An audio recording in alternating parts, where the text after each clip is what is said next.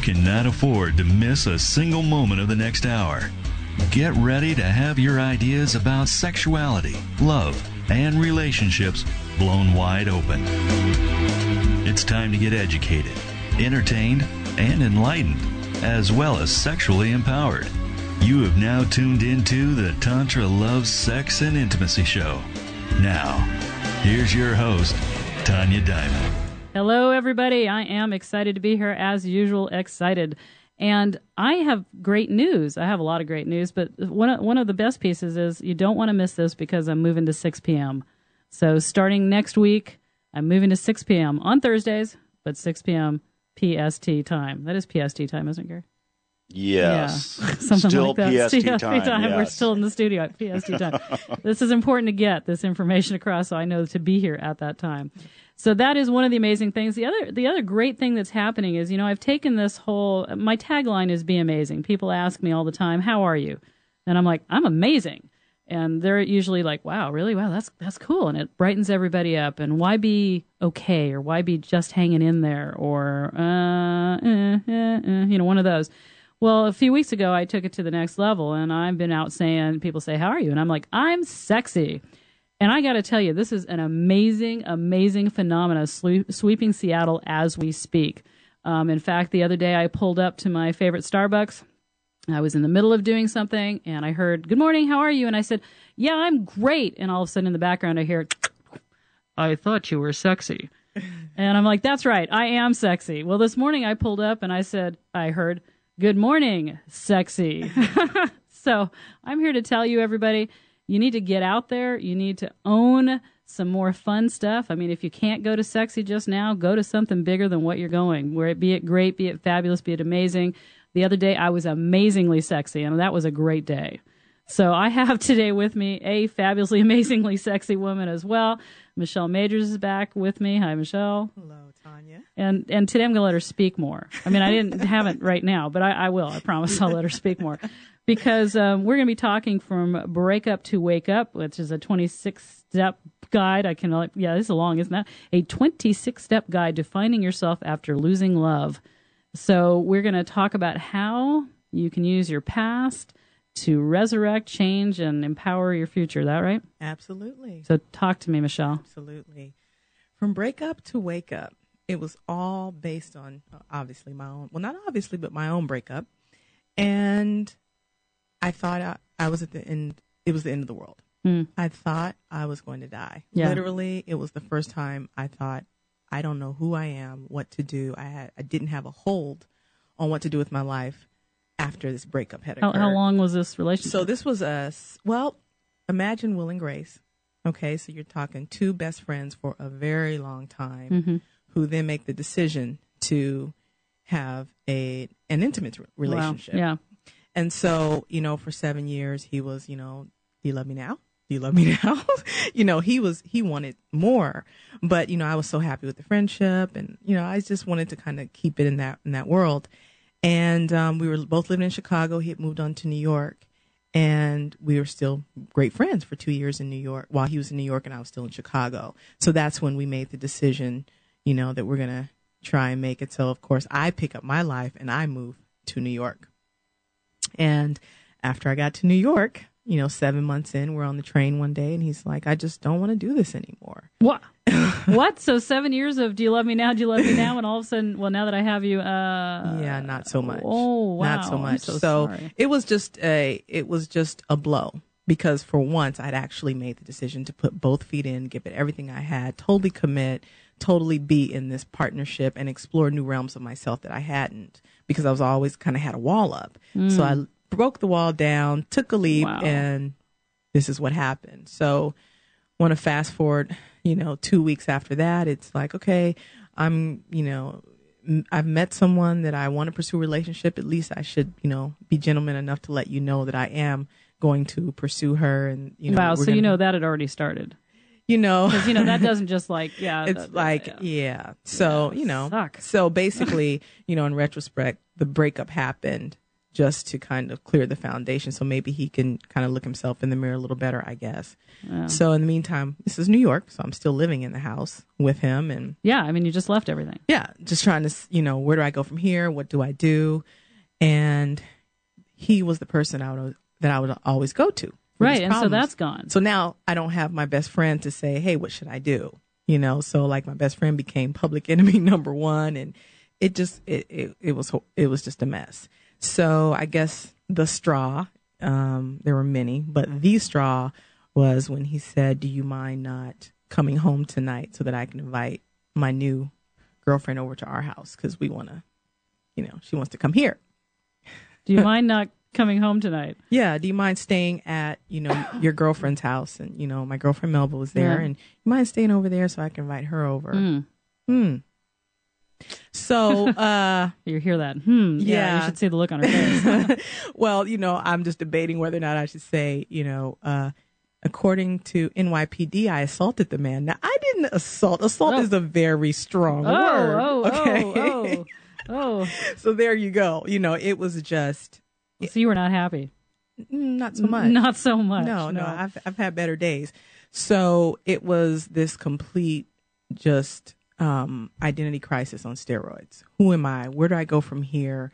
Am I going back to Chicago? Should I move back to Seattle? Why? What did I do wrong? What were the steps? And then it just became this attack on myself. Like, you idiot. What were you thinking? You should have done and you deserve that. And, you had some karmic debt to pay because this hurts so bad. Obviously, you've been doing stuff in your past to build up this whole pain. It was just a mess. So do you think losing the friendship was probably even bigger than losing that was the blow. Yeah. That was the ultimate betrayal, because when he broke up, I actually said, okay, we've been on this highway called best friendship for 7 years. Yeah. So we took an off ramp for 7 months and tried this. It didn't work, but now we know. Right. Okay, so let's get back onto the freeway and let's go. But I need your help, because now I'm here. I need you to help me, sort out some of those things that I would normally go to you, and we can move forward. And he was just like, I don't want to. Wow. I can't. I can't give that to you. I can't offer that to you. And just totally shut down all communication, So all of this happened in, New York, which I have to say, love the city. Pretty unforgiving when you're just going through this break. Like, I would be on the subway just crying, or walking down the street just like, lost. And people are like, yeah, speed it up, sister. I'm trying to get to my appointment. Yeah. There was just no compassion for I shouldn't say that, because there are some New Yorkers who are very nice. But it was really this place that I went to of total brokenness, and I was lost. So I had a choice. And my choice was to take this situation and define it for myself, or let it define me. And I knew I was at this crossroad where I was going to become the bitter bitch and just hate on men and just, the cat lady. Right? The cat lady. Or, not to offend all you cat ladies. Yeah, I know. Love the cat ladies. Or I was going to take what I needed to take from this moment, because obviously there was something I needed for the next journey of my life, and I just could not afford to step over it. Right. So that's when I decided to just stop, pause. I went back to Seattle, packed up everything in a minivan and drove from New York to Seattle, and just took a moment and caught my breath and really took a step back and looked at everything, where I played a role in it, where, all those signs that were there that I looked at, stepped right over everything, and then owned it. And once I owned it, I was like, yeah, Michelle, you were really just She speaks in the third person. Yeah. Hey, Michelle. Yeah, I tend to do that. Tanya loves that, and I usually do it when I'm in some kind of weird space. Yeah, Michelle doesn't really like that. Tanya, you caught me on that one. Thank you. But yeah, so it was time to just reassess and reevaluate, and that's what I did, and created a whole new world. And then you wrote a book. Then I wrote a book. Is this part was this like journaling? So you were journaling? It started out as a journal. And during the time when I started journaling actually when I was in New York, and I'm not a journaler. I never been, but these were like, I just got to get this off of me. You didn't have your best friend. Yeah. So you didn't journal before because you had your best friend. Oh my God. He was my journal. Yeah. Right. And so that's right. And all of a sudden, yeah, he's not there. Right. And you still need to download this information. Absolutely. And there's nobody there. Yeah. With the pen and the paper. Mm-hmm. And of course, because I speak, I also write in third person as well. Interesting. So I just continued to write. And as I was writing, the idea came to me of, wow, how great it would be to take this journal and, all of these things that I'm saying to myself. Wow, if somebody else heard this and they felt what I was feeling, it would really make a difference for them. And that's how I even came up, one, with the book, but two, a personalized version too. So there is a book that you can get that's exactly the same as the standard version, but it has your name throughout. Just like my note said, Michelle, what were you thinking? Or Michelle, you can do it. Or Michelle, get up. Right. This one will say, Tanya, you can do it. Tanya, it's all right. How cool is that? Mm-hmm. All right, Tanya, dumb shit. What's going on, babe? Oops. What were you thinking? Exactly. That was totally wicked! Gary's having fun with us today. All right.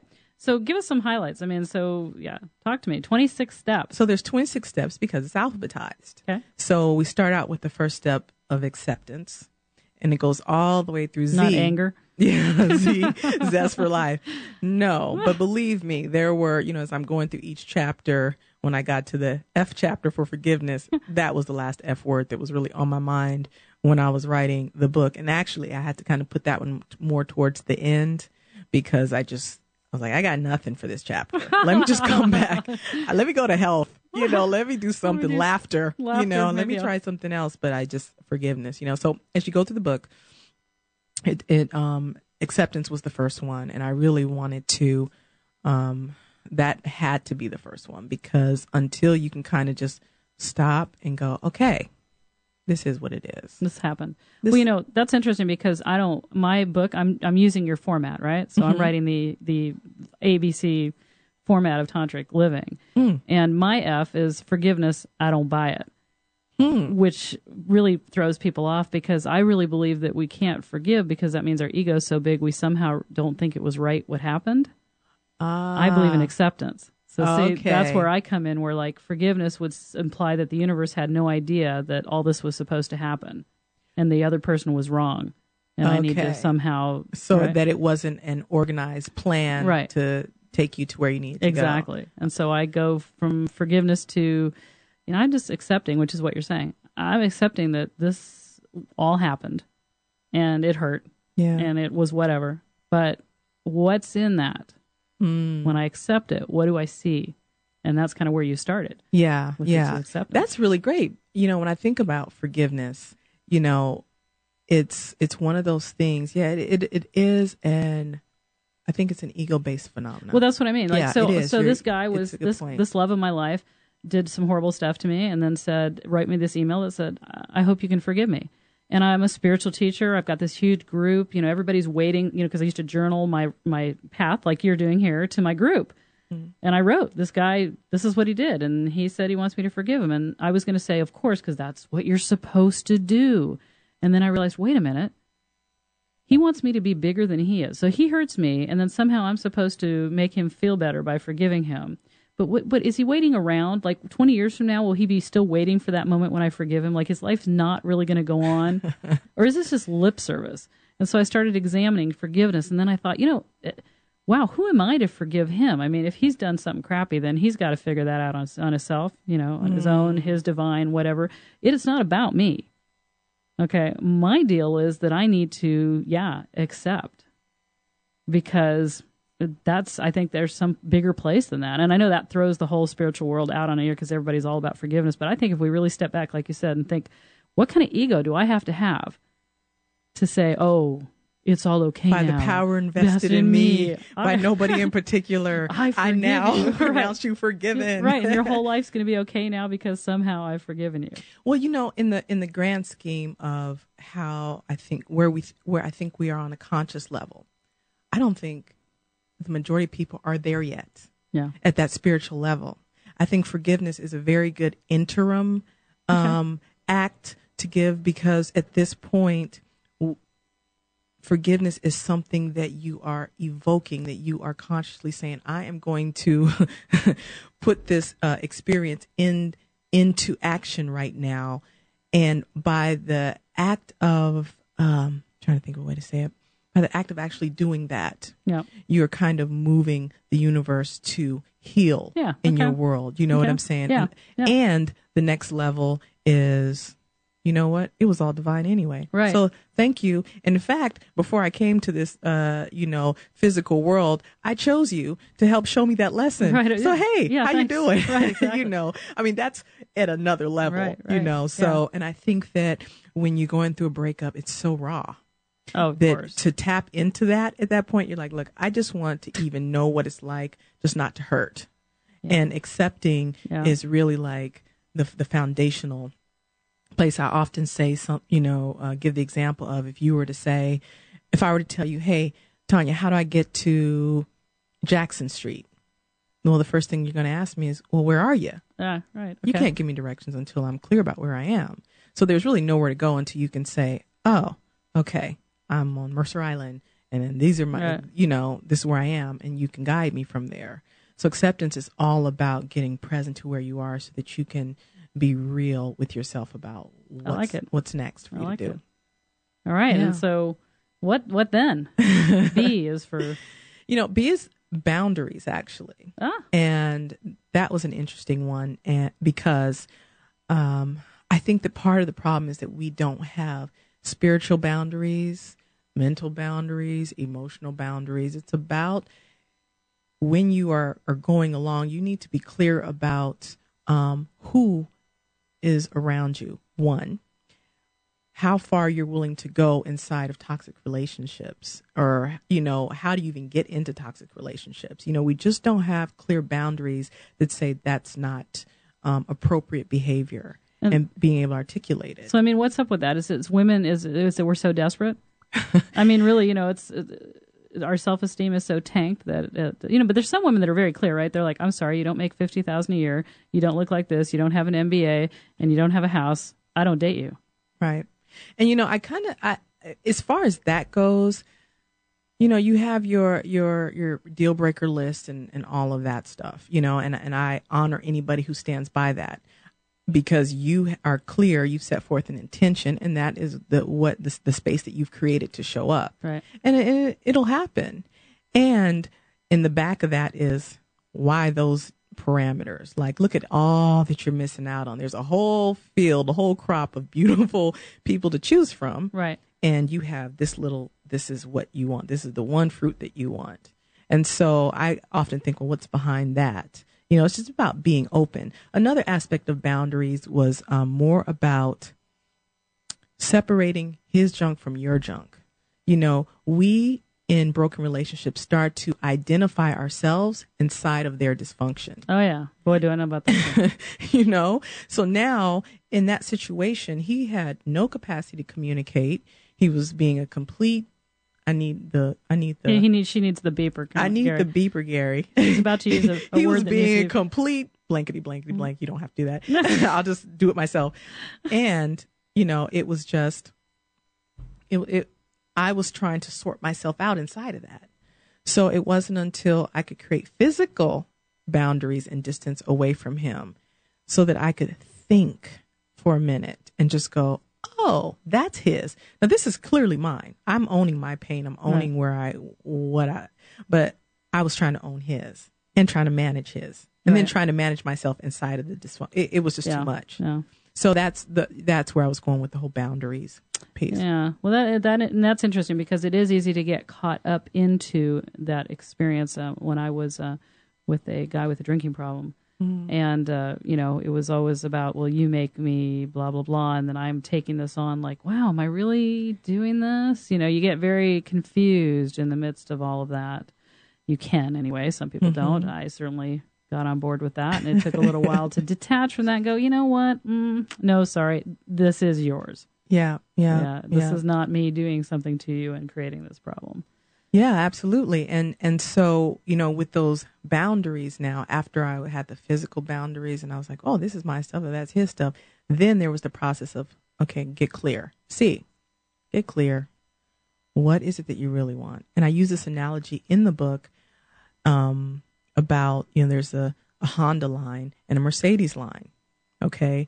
we will get in the Mercedes line because, you know, hey, I want a Mercedes. And you're passionate and you're inspired about this Mercedes. So there's these two long lines going up to these windows. One is for Honda and one's for Mercedes, right? So you're in the Mercedes line and you're waiting and you're seeing the Honda line moving a little faster. And then, you know, you're like, huh. But, you know, you wait patiently a little bit longer and you know, because I want a Mercedes. And then that Honda line and people are grabbing their keys from their window, walking away all happy and chipper, and you got nothing. Now you're starting to wonder, will I make it to the window before it closed? Well, maybe I should just, you know, get a Honda and, you know, I think a Honda's better. You know, then you start the process. When it doesn't look like you're going to get that Mercedes, then you start, you know, starting to rationalize the Honda. Well, hey, I'll get a hybrid, and that's better for the global world. So let me go green and get a hybrid. That's going to help everybody in the grand scheme. And there's all this rationalization. If you want a Mercedes, get in the Mercedes line. Stand in the Mercedes line and just stand there.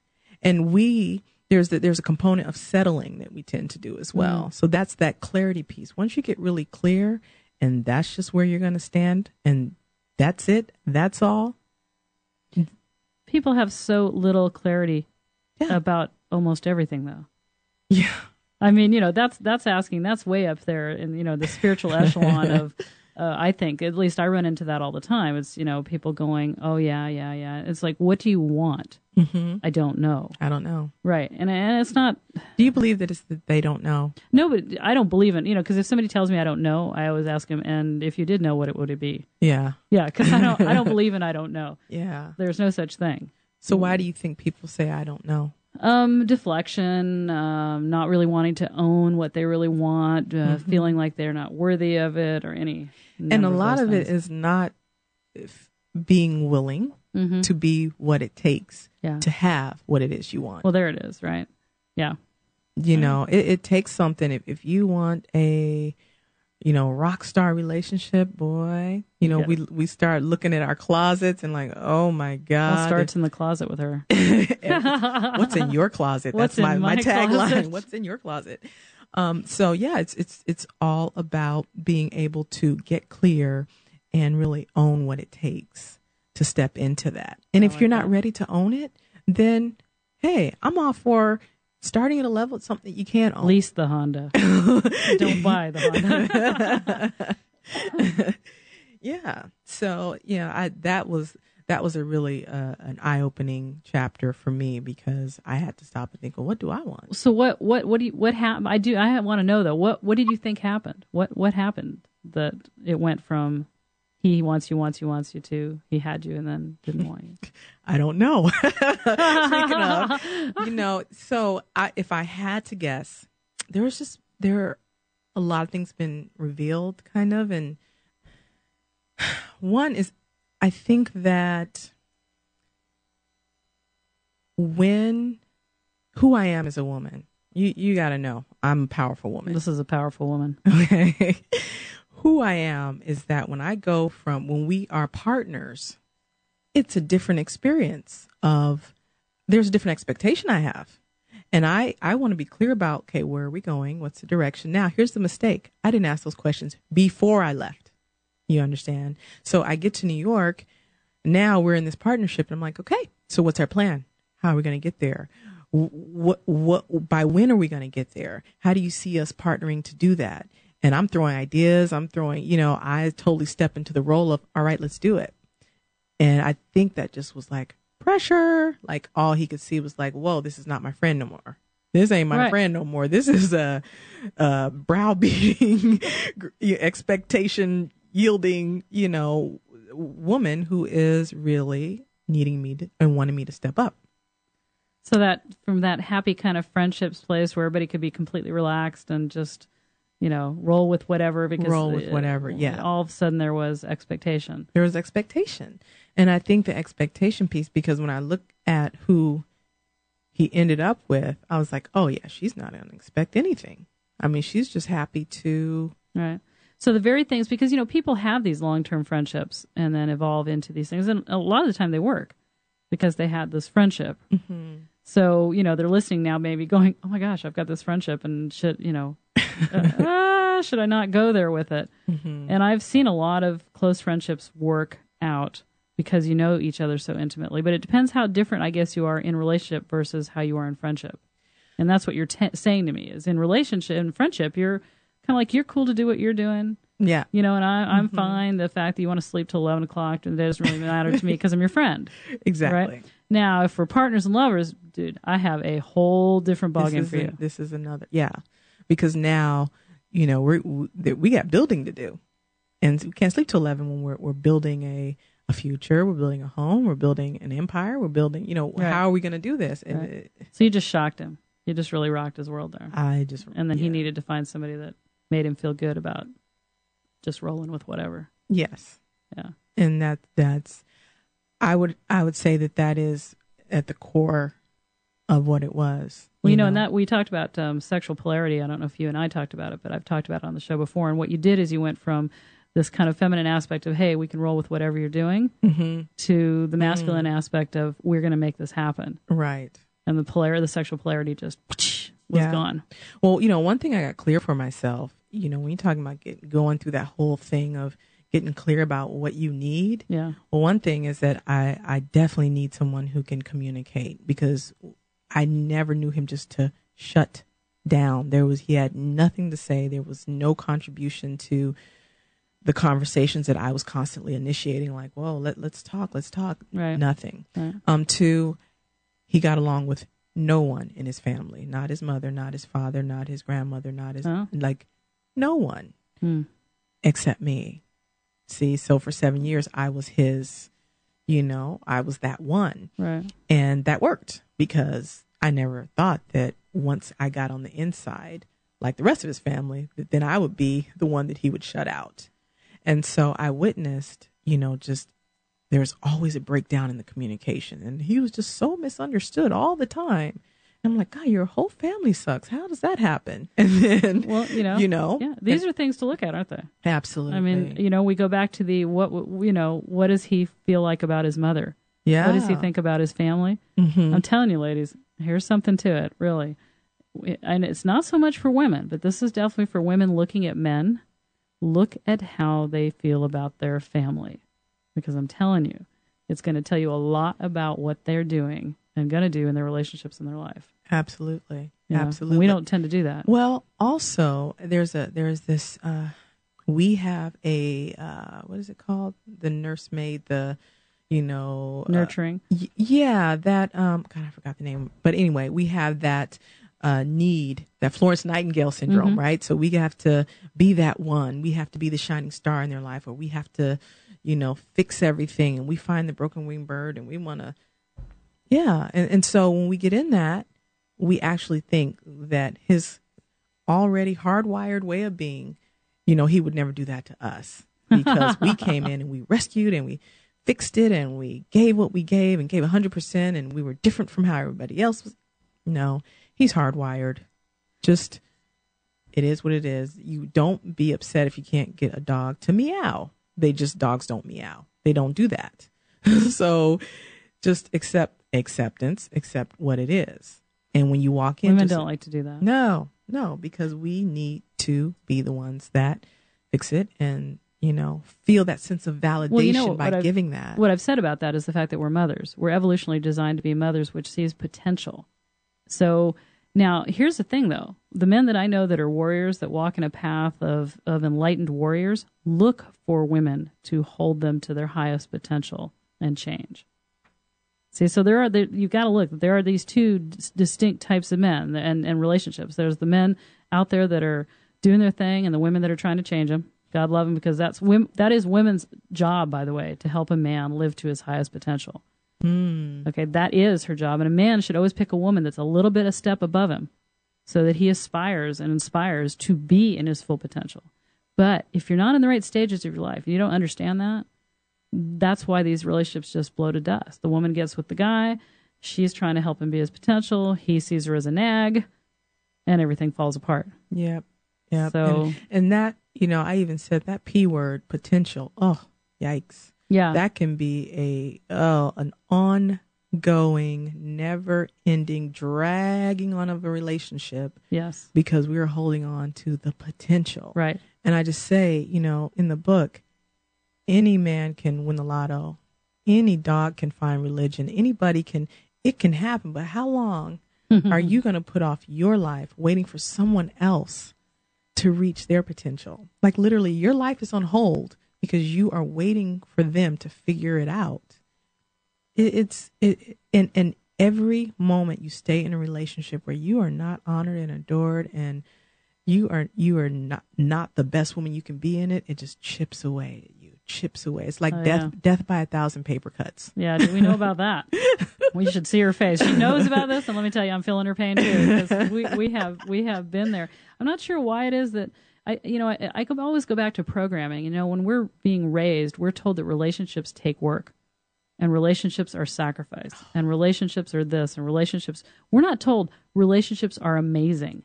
Right. Relationships are absolutely astounding, will fill your life with bliss and joy. No, we're told all about the drudgery. Yeah. And therefore, we are okay when we get into it. And that's the amazing part of it right there is that, now, my belief is relationships do not take work. Issues in the relationships are the things that can take work. If my relationship takes work, I'm not there because it's supposed to be fun and empowering, and it should be an 80% enhancement of your life. Okay, now things will come up. That's different. When those things come up and, you deal with them. But the relationship itself, that shouldn't be the drudgery. That shouldn't take more work than your 9 to 5. Exactly. But people believe that because we're told that. Yeah. Yep. Right? Yep. I remember a girlfriend of mine. She says, you know what? I figured it out. How to have a perfect relationship. She says, look, find someone just as messed up as you are and make it work. And I'm like, now that is probably the most uninspiring. Hey, are you really screwed up like I am? Hey, that's cool. Let's sit around in our screw up. But that's what we do. Yeah, oh, for sure. I mean, that's exactly what's happening, right? You pick those people that are either the same mess ups that you are, so you can go around, or you pick the opposite mess up that you think somehow is going to, rebuild your mess up. Cover it up, rebuild it, take the tension off of it. Just all these different strategies we use to protect ourselves from, or not feel and not be with our own experiences and take responsibility for them. I know that, when I was in this past relationship, he was just all over the place. He wasn't settled. There was always transition. There was always strife. There was always a communication breakdown. There was always all this stuff. Now, my life wasn't going so great at the time, but it was always about me. And that was great. I really loved that it was always about, hey, Michelle, what's your life looking like? What are you doing? Hey, let me help you get that business plan together. Let me help you launch this business. Let me da-da-da-da. And it just completely took me away from what was going on in his life. Well, when I got to New York, I had sorted myself out to a certain level. I wasn't perfect, but to a certain level where I'm now able to look at, oh, wait a minute. Well, what are you doing? What have you been doing? So that was another aspect of, okay, so now she's starting to really, making me drop my pants and, really starting to investigate some stuff, Right. And it wasn't about investigation. It was about, we needed to pull up all those roots so we can plant some stuff together. Right. So there you were working on that potential, making that thing happen. Yeah. So give us another juicy letter. Another letter. Let's pick the letter S. I'm always into that S letter. What was S? What was S? Okay. See, I've distracted her now. I know. She's like, wait. I know. No, it's... You just don't. Let me think of a letter. No, I will say it. I believe S was spiritual. There was something else too. I can't remember. I'm going to say it was spiritual. All right. Let's go with spiritual. Because I did write. I went back and forth in that chapter a couple times. And the spiritual piece was really, really, really important. And yes, it was spirit. Now that can't be putting me on the spot like that. Not cool. So that was a really powerful experience for me too, because I always had religion and spirit and spirit mixed up, and spirituality is not about, religiosity and churchianity. It's really about your connection with your divine source. We are infinite beings. And I really dug into that. And that's why I believe now I have a stronger relationship with God. And I meditate and I take time to really connect with that infinite nature that runs through me and it runs through you and it runs through, this table. And that is really what helped me look at him not as he's the enemy, but it really helped me embrace what he gave to me to go to the next part of my journey. It really helped me understand that, I could not have chosen a better person to help sharpen those things in me that needed to be sharpened in order to be the woman that I need to be to carry on this work and do God's, do my purpose here and be an expression of what God is. And so, I now, before it was like, oh God, let me pray. And I would pray and it was always like, hey God, it's Michelle again. Are you there? Are you there, God? It's me, Michelle. And, why don't you help me knock out this rent this month? I'm back again. That landlord wants rent again. It was just the same old, I need your help. I need your help. I need your help. Right. And I just had this very disempowering relationship with, this awesome energy called God.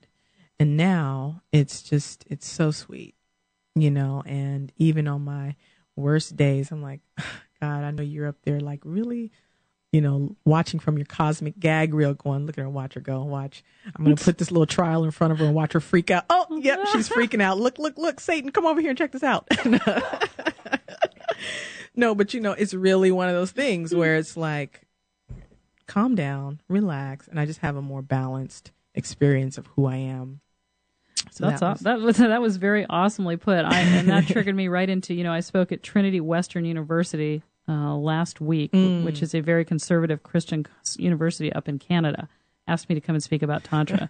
And that really just blew everybody's mind because they kept saying, how is that going to work? Don't talk about energy to those guys because they're going to freak out on you and, and all that. And I walked in here and I was asked about, spirituality and religion, like is Tantra religion?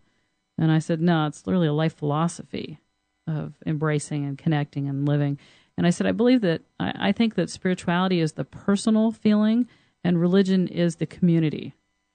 So it's a community, religion is the community laws or the community morals, that come together. But spirituality is the personal experience. Yeah. So that's kind of how I came to that. So I said I'm talking to them and by the way, they were awesome. They loved me. They were awesome. They were I had them doing healing puja circles, energy exchanges, the whole works. They just went with it. Wow. It was brilliant. That's awesome. So yes, I was so inspired that these amazing, there was 30 something of them and their teacher, and they just completely showed up for this. And the room was all candlelit when I showed up to speak, and they had all pillows out, and they were, oh, wow. Yeah, they were just, it was a beautiful experience. And I have to say that, of course, if you were waiting to get married, to have sex, and planning on being with one person for the rest of your life, you better have this knowledge. You have got to have this knowledge because you will not make it in the bedroom. If you want monogamy, you need Tantra. There is just no doubt about it because nothing else is going to keep you there for the rest of your life. So sorry, that little segue there into spirituality, but she's doing that thing where she goes, "Wow!" Now I gotta find a topic for her to talk about now because she's looking at me with that. Well, we had last time I was here. I think I used the word mesmerized. Yes, where you kind of had to. And we'll take a commercial break.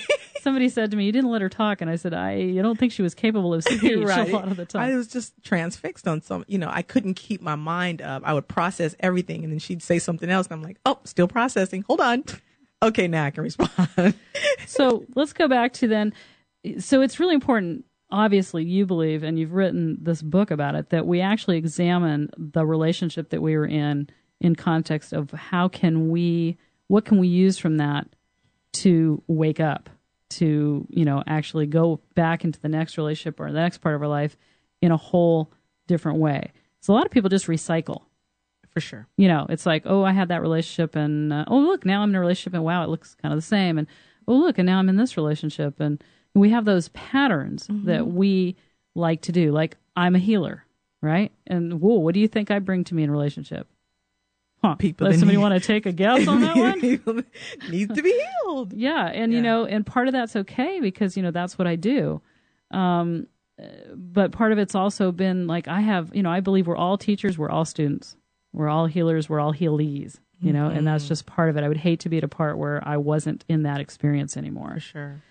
But there's also that part then where you have to go, okay, should this be a client, it's a student, a client instead of my partner, right? Yeah, so we sure. have those things where we like to do. I mean, what's your MO? What was your MO? Because you have a different one now.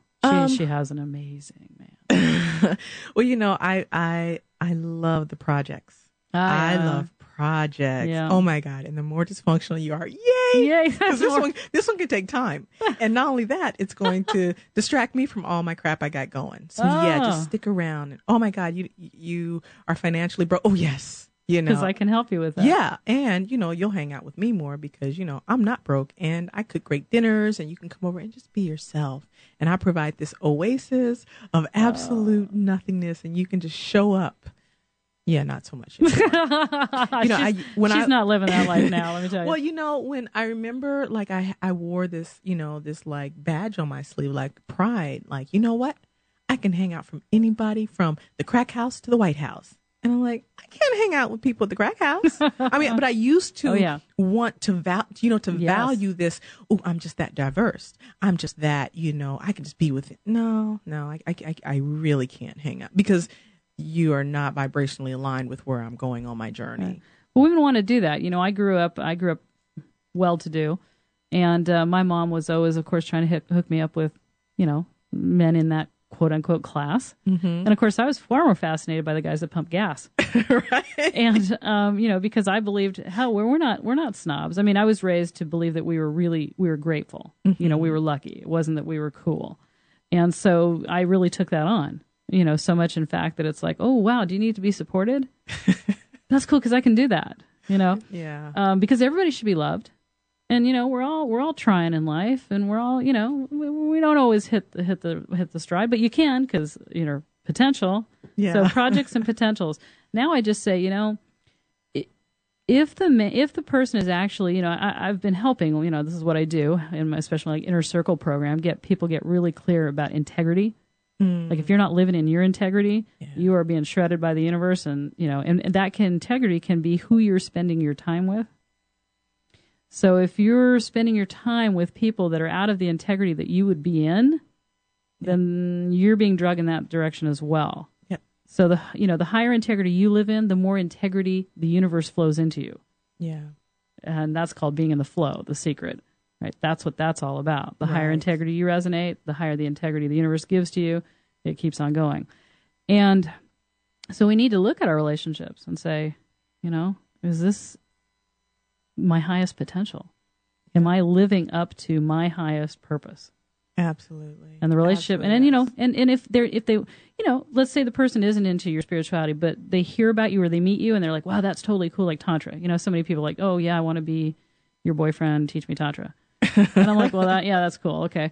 What else are you doing? Because, I don't mind teaching you Tantra, but what else you bringing? Yeah. So, if they read about me and they were, ooh, Tantra, and they've already picked up 3 Tantra books and they call me up or they're talking to me and say, oh, this is so cool. I read so-and-so's book and so-and-so's book and that's good. And so they're showing that they're moving already self-propelled. Yes. That's a big word for us, for women. Women need to look at men and men need to look at women and ask, are they already self-propelled? Absolutely. Yeah? Absolutely. That should have been the yes, no. Self-propelled. I mean, absolutely. That was after this relationship, that was another one of those communication. How do you get along with your family? And what are you doing? What are you doing? I had, since I've been back in Seattle, I ran into, it was so weird. I'm in the store and I ran into my high school prom date. We know that. There's still some sizzle there. Oh, God. Well, actually not. But, I was like, dude, my prom, it wasn't so great. I need like prom 08. Like I need another prom, right? So we arranged this whole thing Really? to do That's awesome. like another prom and all this stuff. So, but we started hanging out and he said to me, you're way up here and I'm way down here. But you know what?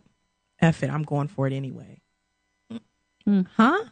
Okay, wait a minute. There's a part of me that's like your moxie, kid. I like your spirit. Yeah. But if you actually hold me in that regard, why don't you come up here and then we can create something together?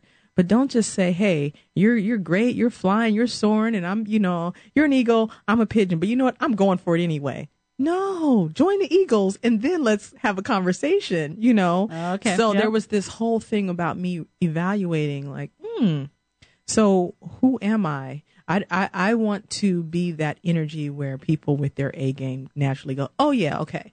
And people that are still trying to figure it out, like I want to be repellent, Right. And that's all in your integrity.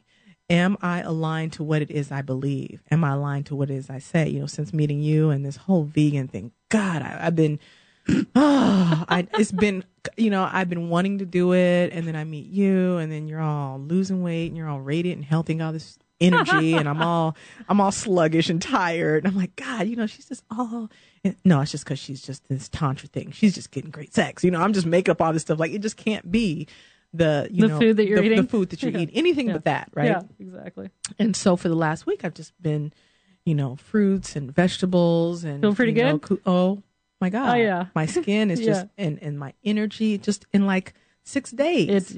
It's amazing. Doesn't take much. So again, that whole integrity. So I'm shopping in the store shopping for food, and here comes this guy, and he's just like, and I was just like, when I saw him, I was. One of those moments. In a good way. One of those like, good. Oh yeah, they can't see that. They can't see that on the air. It was a good one. No.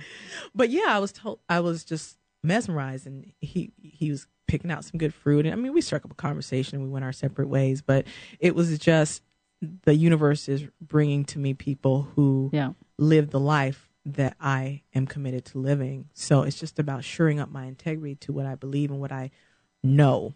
Yeah. To be true. Well, they say that the people you hang around with, out with, are like within 10% of your income, and people need to look at that. Also, the 10% of where you're going in your life, and it sounds harsh. I have a hard time saying this. And when Coach Catherine and I were talking, because she's very much about discernment, right? Get that list, right?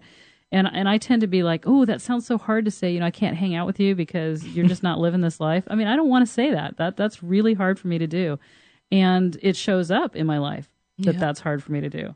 And it is becoming less hard now because what's happening now where I'm living is people are showing up for me. This is kind of cool going, well, we want to be, I just took on an entourage. Oh, the entourage. That's right. We want to be your entourage. We're not asking, we're telling you we're going to be your entourage. And these great people living in this already great space, aspiring to even more bigness and propelling me along with them, supporting me in my mission to eradicate sexual ignorance in the world. And so, yeah, baby, it's when you line up like that, all of a sudden, all those people start showing up. Yeah, and everything feels, I don't know if you're aware with Abraham Hicks and I'm aware of them, yes. Yeah, okay, you are aware. So, they talk about going downstream. And when you're in alignment, it just feels like you're going downstream. You just throw the oars out of the boat. And, you might bump a rock or two here and there, but it's easy. But the moment you go against who you are, you're like paddling furiously upstream. And now I'm starting to just basically say, does this feel upstream or downstream? And it may not even make sense at the moment. Like, it may be a great client with great potential, with great money. And I'm like, but this feels like it's going against something. I'm not going to do it. Like, I'm starting to really get... It's paying attention to body awareness because our bodies actually we get it. We're like in line and tune, and our heads are the ones that really kind of can mangle us a little bit. And that's the whole point of the book, is for women to feel again, to get present and to feel again. And are we just afraid of being alone? I think we're afraid of what it means to be alone. Ah. There's a whole world of what it means when you're, when you're alone. And we're just afraid of what it means. And not all there is, but all there is to do is create a new experience of what being alone is. Well, what's that? They told me that there's more single women in Seattle than anywhere else. More women living alone actually was it than anywhere else. Yes. I found that fascinating. Yeah. Of course, we've got more potential monetarily and that type of thing. But it's, you know. Yeah. Or does that just say there's not any men showing up? I'm not quite sure. Gary's here. Gary's here. We're good. Gary lives here, so we're golden. Thanks, Gary. Good looking.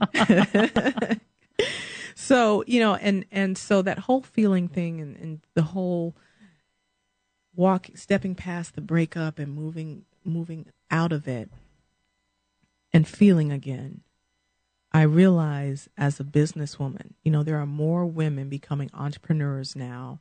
I mean, at a rate like double or probably now 3 times as many women are becoming entrepreneurs as men, okay, than men. So if we're going to be in the entrepreneurial mindset, we have to understand our value. We think the value of the product is what we need to sell. Mm-mm. It's the value of ourselves who we need to recognize long before we get to the value of the product or the service.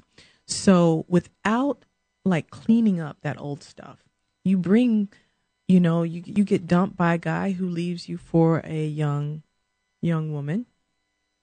And, you take that and you make it mean that I'm not this, I'm not that, she's better, I'm not.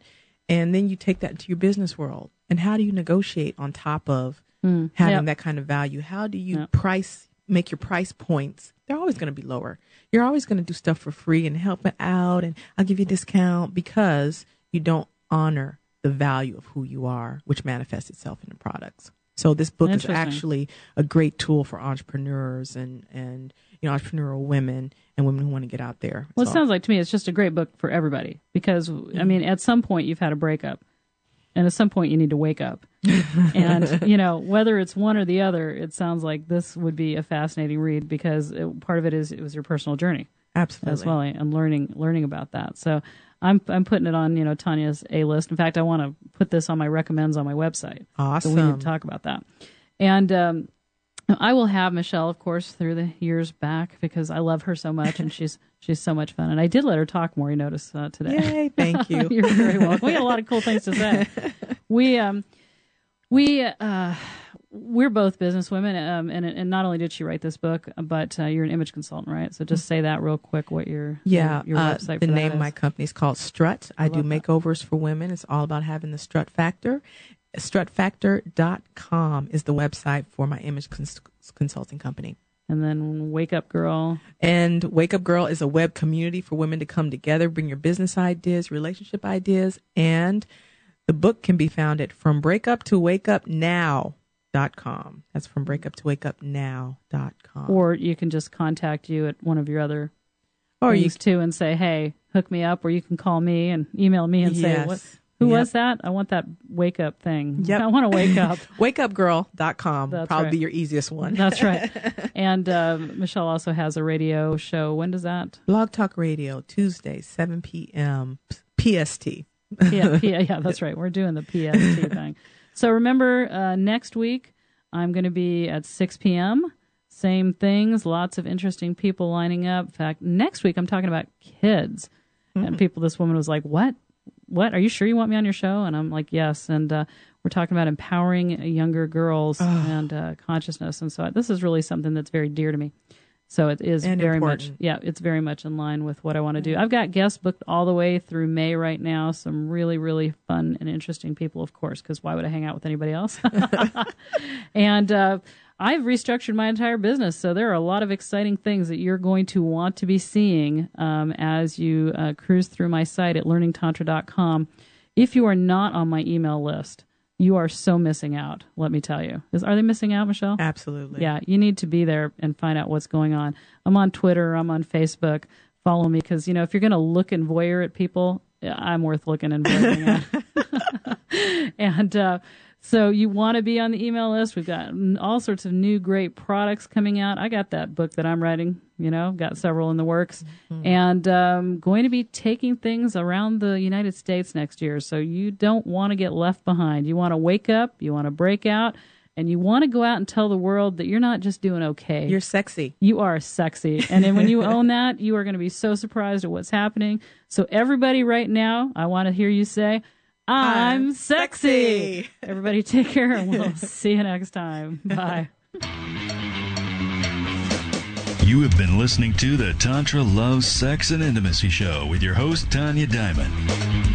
Don't miss next week's show at Thursday at 1 p.m. Pacific Standard Time. Until then, visit our website at www.tanyadiamond.com. That's TANJA for more information on workshops and classes.